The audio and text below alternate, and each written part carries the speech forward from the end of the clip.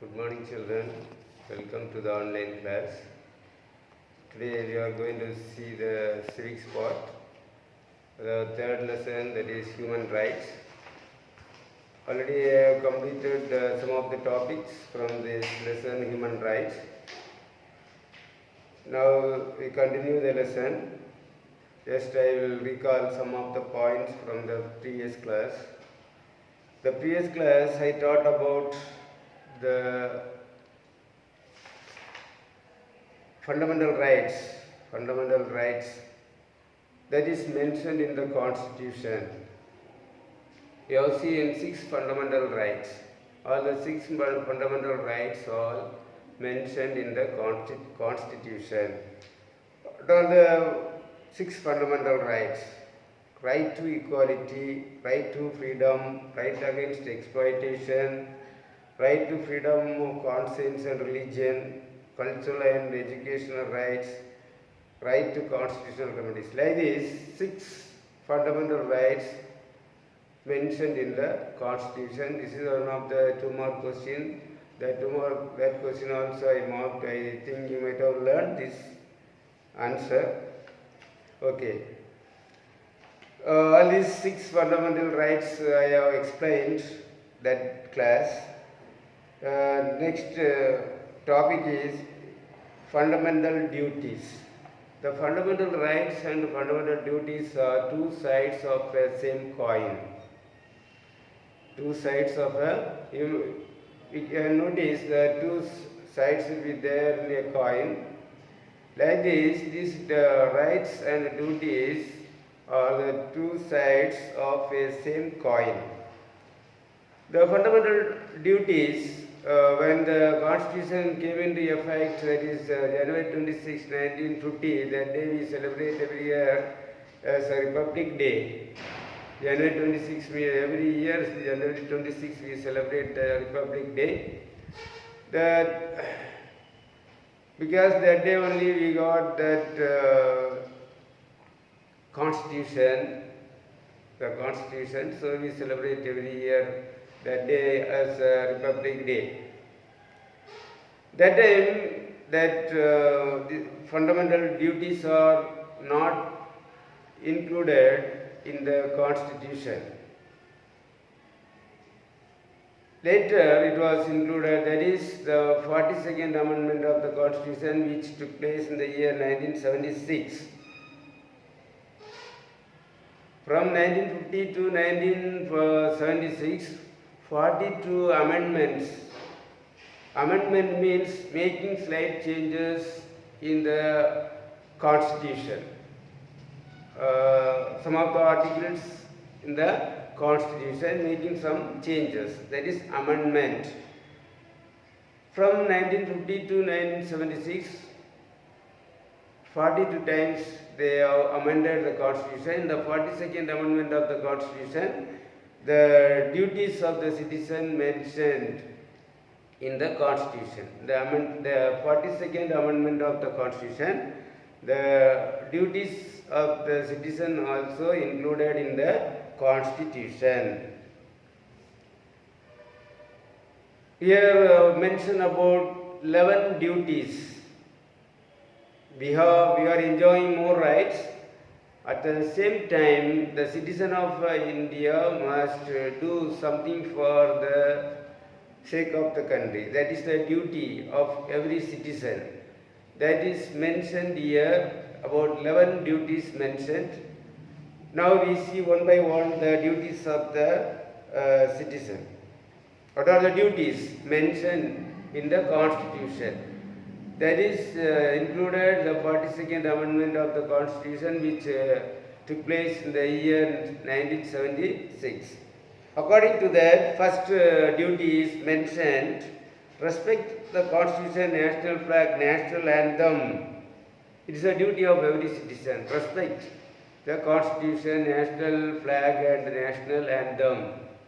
We are respecting the Constitution, respecting the national anthem, national flag. You know, when they sing the national anthem, when they hoist the national flag, we stand straight, attention position, silent. That is a duty. This is a respect we are giving. This is a respect. This is a duty of every citizen. Then the second point is follow and protect the noble ideals of the freedom fighters. Noble ideals of the freedom fighters. To get freedom, so many leaders of India sacrificed their life. They taught so many ideals for the citizens. That must be protected. It is also duty of a citizen. Third one, uphold the protect sovereignty, unity and integrity of India. India is a sovereign country, integrated country. From Kanyakumari to Kashmir, India is one. From Kanyakumari to Kashmir, India is one. To protect this sovereignty and integrity is a duty of a citizen. That is third point. Fourth one, defend country, render national service when called upon to do so. To defend the country. We know the defense force, 3 defense forces are there, that many citizens are working in this defense force to protect our country. They are protecting our country from the border of our country, and they are working day and night. They are sacrificing their life to protect our country. It is a duty of a citizen. That also included in the Constitution. Then promote harmony and the spirit of common brotherhood. Promote harmony, unity, common brotherhood. We are all the brothers and sisters. The citizen of India, all brothers and sisters. That sense we have to develop to promote the harmony, unity and integrity of our country, India. The next one is to value the preserve and rich heritage of our composite culture. Our culture is composite culture. Many we follow different language, different religion, different food habit, different dress style. All these differences we can see in our country, India. Among all these differences, we have to develop the unity. The next point is protect and improve the natural environment, including forests, lakes, rivers and wildlife. Natural environment.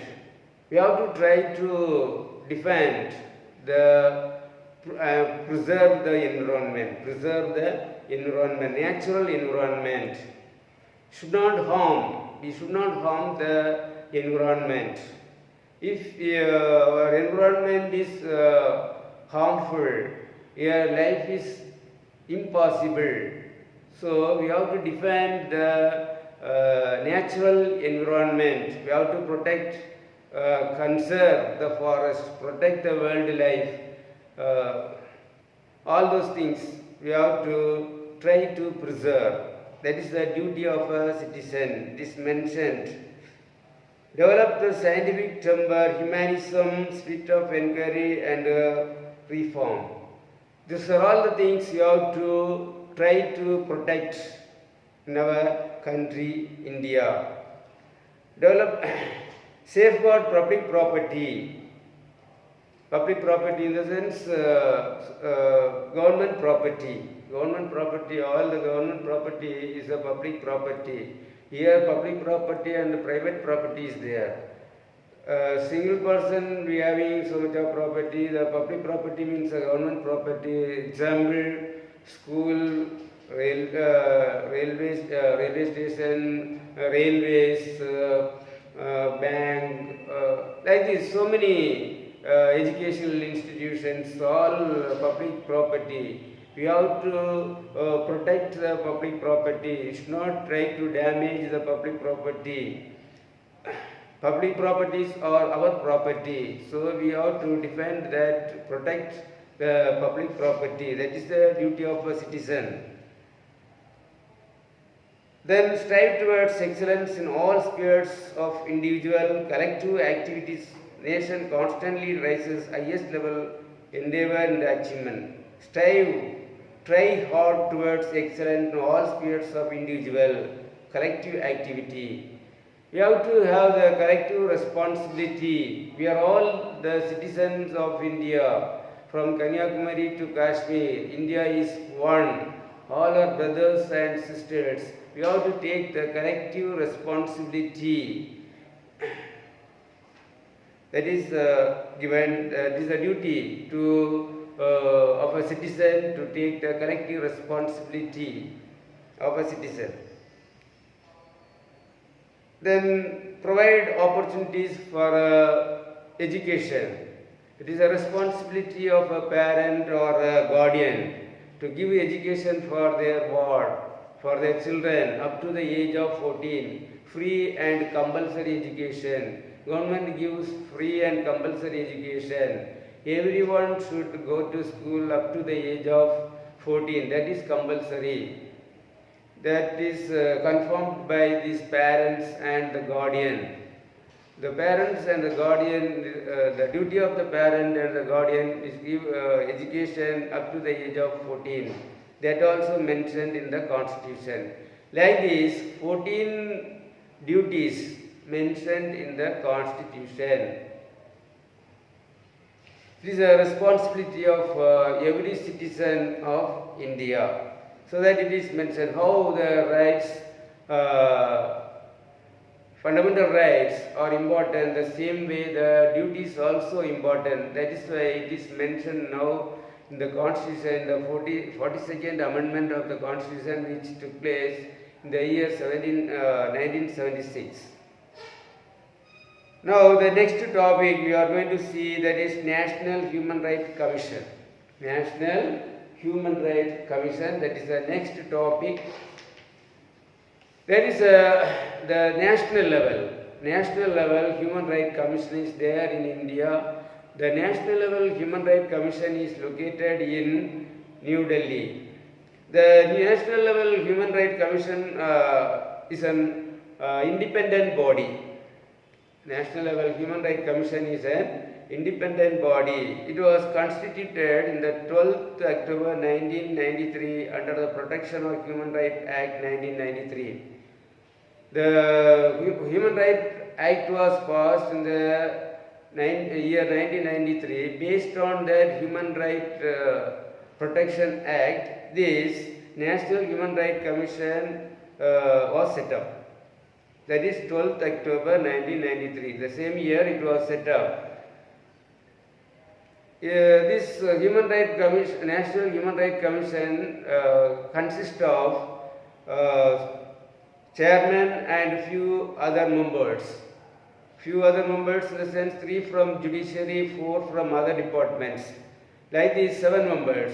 One chairman will be there. Under the chairman, 7 members, 3 were elected from judiciary, 4 from other departments. Totally chairman, including chairman, 8 members are in the National Human Rights Commission. The National Human Rights Commission is responsible for protection and promotion of human rights. But all the human rights mentioned in the Constitution that must be protected and promoted. That work is done by this National Human Rights Commission, was set up in the year 1993. The National Human Rights Commission defined by the Act relating to life, liberty, equality and dignity of the individual. This right, life, liberty, equality and fraternity is guaranteed by this National Human Rights Commission. National Human Rights Commission is a protection to the individual and giving guarantee to the life, liberty and equality, even dignity of the individual. It is guaranteed by this National Human Rights Commission. National Human Rights Commission. Some of the functions also mentioned here, about 6 functions mentioned the National Human Rights Commission. Inquire into the violation of human rights. This National Human Rights Commission does the inquiry where and when the human right is violated. In which area the human right is violated. For that, this National Human Rights Commission does the inquiry. Or where it is neglected, where the human right is neglected. For all that, the Human Rights Commission is doing the inquiry. Then the next one is to intervene the court proceedings relating to human rights. Where the court proceedings related to the human rights takes place, there also this National Human Rights Commission interfere in that and protect that human rights. To undertake and promote research in the field of human rights. Undertake and promote research in the field of human rights. Give protection. Always the work of this National Human Rights is protect and defend the human rights. Human rights. For that purpose only it is set up the national level. Engage human rights education among various sections of society. Various sections of the society, it is educated. Many people not knowing about what are the fundamental rights of the citizen. Still many people are not knowing about that what are the fundamental rights are mentioned in the Constitution, what are the rights we can enjoy. All those things may not be knowing that is educated. Human rights education among various sections of society. Encourage the effects of NGOs and institutions working in the field of human rights. Effects of NGOs. Encourage the effects of NGOs. This National Human Rights Commission encourages the non-governmental organization to make awareness among the people about these human rights, about the human rights. So these are all some of the functions of the National Human Rights Commission. National Human Rights Commission. Likewise, State Human Rights Commission also set up. In our country, about 29 states. 29 states. For all the 29 states, one government is there, that is central government at center in Delhi. Like this, for every state, there is a government, that is state government. Likewise, the National Human Rights Commission is there at the center for all the 29 states. Only one Human Rights Commission, that is, it is in the national level. The same way, every state also has one Human Rights Commission, that is known as State Human Rights Commission. State Human Rights Commission. Every state in India has State Human Rights Commission. Every state has State Human Rights Commission. The function of the State Human Rights Commission also mentioned here, that is inquire into the violation. This state Human Rights Commission also has the inquiry, look into the inquiry of violation of human rights. Its objectives and duties are the same as National Human Rights Commission. What are the objectives and aims? The National Human Rights Commission has the same the State Human Rights Commission also has. It has the power of civil court and can take recognition of causes received on suo motu. It can also recommend compensation to victims. If any one of the citizens affected by this violation of human rights, it recommends this State Human Rights Commission recommend for compensation. So we have seen today we have seen fundamental duties, National Human Rights Commission and State Human Rights Commission. Remaining we will see later. Now we mark some of the answers. The other day I marked 2 short answers and one detailed question. Short answers 1 and 2 I marked. Answer in detail also first one I marked.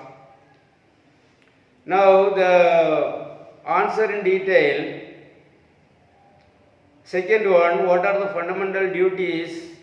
How would you follow these in your school premises? What are fundamental duties? How would you follow these in your school premises? Page number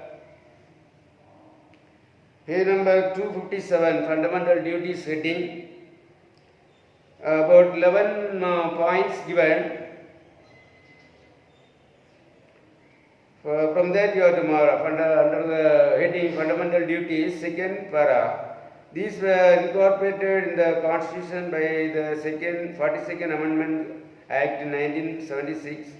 This Constitution states 11 fundamental duties as given below. First point, second point, third point, fourth point, and fifth point. Some reduce the first 2 lines enough to promote harmony and spirit of common brotherhood amongst all the people of India. That much enough. Fifth point. Then sixth point, to value and preserve the rich heritage of our composite culture. Seventh point, to protect and improve the natural environment including forests, lakes, rivers and wildlife, and have compassion on living creatures. 8th point, to develop the scientific temper, humanism and spirit of inquiry and reform.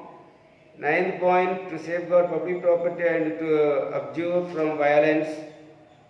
10th point, to strive towards excellence in all spheres of individual and collective activity. That much enough, to strive towards excellence in all spheres of individual and collective activity. That much you mark. Then next, 11th point, to provide opportunities for education by the parent and guardian to their child or ward up to the age of 14 years. So all these points you have to mark for this detailed question.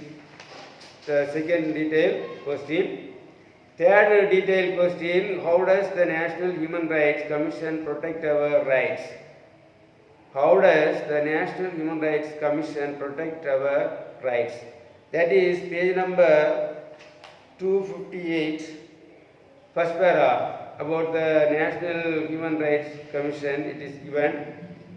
That para you have to mark. The National Human Rights Commission is an autonomous body constituted on 12th October 1990 under the Protection of Human Rights Act 1993. It consists of chairman and a few other members, 3 from judiciary, 4 from other department, and National Human Rights Commission is responsible for the protection and promotion of human rights. India defined by the Act as right relating to life, liberty, equality, dignity of the individual, guaranteed by Constitution of or embodied in the international covenants. The office is located in New Delhi. Then the functions. The other 6 functions also you have to mark for this question. To inquire into the violation of human rights or negligence in the prevention of such violation by the public servant, to intervene in court proceedings relating to human rights, to undertake and promote research in the field of human rights, to engage in human rights education among various sections of society, to encourage the efforts of NGOs and institutions working in the field of human rights. So all these you have to mark for the third paragraph question. Then the 2 more question. last two, that is ninth one, write about the right against exploitation. Write about exploitation. That is page number 256. Right against exploitation, one heading is there. Then one small paragraph, that is the 2 mark question. The 2 mark question you have to mark. It is against the law to employ children below 14 years of age in mines, factories or other occupation. Neither contractor nor an employer can force a worker to do a job against their will. That is the answer for that question. Then the next one is 10th one, differentiate fundamental rights and human rights. The same page, there is a column, it is given differences between human rights and fundamental rights. Heading is there. Under that there is a column, that column to be marked for this question. This question you have to mark. So now we have marked 2 paragraph question, that is 2 paragraph, second and third, 2 short answers, that is 9 and 10. You have to learn these 4 question answers today what I marked. This is a homework for you. Okay, thank you.